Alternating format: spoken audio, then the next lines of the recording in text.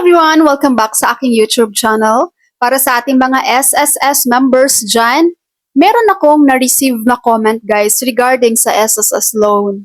Sabi niya, totoo ba possible daw manakaw ang SSS mo pag di ka mag-loan? Nakakarinig na rin ba kayo ng ganito guys?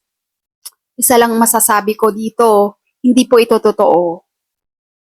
Hindi po manakaw ang SSS mo pag di ka mag-loan. Bakit naman manakaw? Okay? Ito pa guys ha, as an HR before, lagi kong sinasabi sa mga employee tuwing magpa-file ng loan.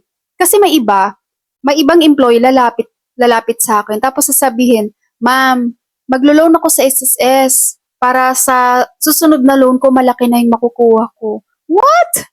Sino nagsabi sa'yo na ganun ang reason kaya mataas ang makukuha mong loan sa susunod na loan mo? Hindi po totoo yan, guys. That is fake news. Ibahin nyo, itatak nyo sa isip nyo yan, guys, ha, na hindi po totoo yun, na kailangan mo mag-loan para lumaki ang loan mo sa sunod. Hindi po totoo yun.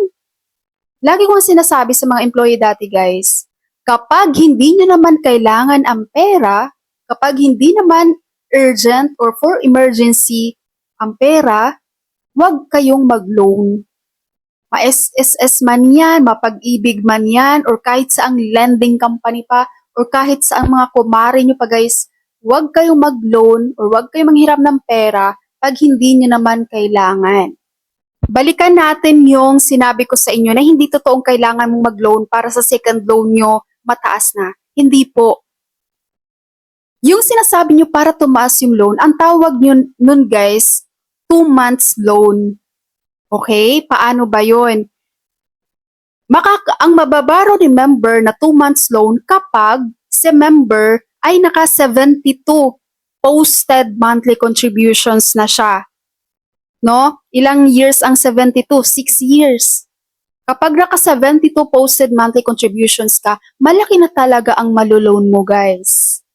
Okay? At dapat ang 6 months doon within the 12 months prior sa pag-file mo ng loan. Okay po? Kaya nga, meron kaming employee dati guys, matanda na siya. Going to retirement na nga yun eh. And never ever talaga siyang nakapag-loan guys. First time niyang mag-loan, ang laki ng nakuha niya. Ang tagal niya na eh. 'Di ba? Ang laki na ng contributions niya eh. Kaya hindi po reason na sasabihin kailangang mag-loan para malaki ang maloloan mo. That's not true. Okay? Hindi po totoo yan. Ang hirap ng mag-loan guys. Tapos pagdating ng sahuran nyo, hindi na kayo motivated. Hindi na kayo inspired. Dahil, hindi nyo na nakukuha ng buo yung sahod nyo. Ang laki na ng bawas dahil sa mga loan nyo dito, loan nyo doon. No, tigilan nyo yung kakaloan nyo guys. Promise. Mas masarap ang buhay pag wala kang mga loans.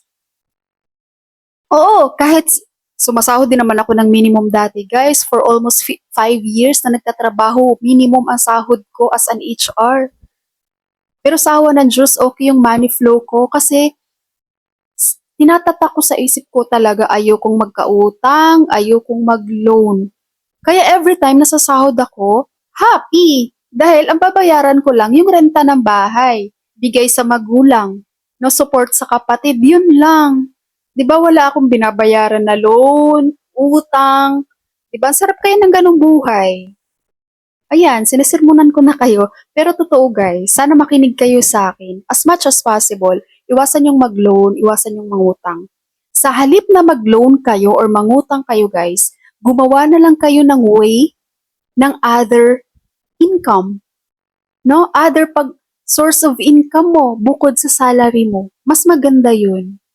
Kaysa gagawin mong source of income ang loans, guys. Ang pangungutang.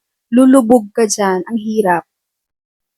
Okay, mga palalabs, sa mga SSS members dyan, sa mga employees dyan, sana may natutunan kayo dito sa aking video.